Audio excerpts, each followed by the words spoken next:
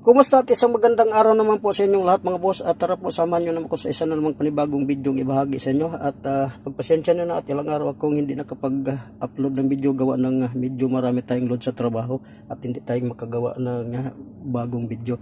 So ayan, ngayon naman ay medyo maluwag, kaya ito mayroon naman akong ibahagi sa inyong kunting kaalaman na naman. So ang pag-usapan natin dito ay itong switch button na to. Itong switch button na to ay marami kasing nalilito dito. Ang iba ay sinasabi ito yung sa thermostat. So ayan po mga boss, itong switch button na to, ang gamit nito is ito yung sa hot and cold, hindi ito yung sa thermostat.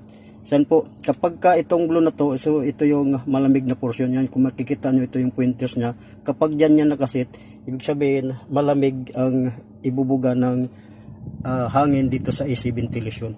Ngayon kapag taglamig naman or tag-ulan, so dito natin magagamit tong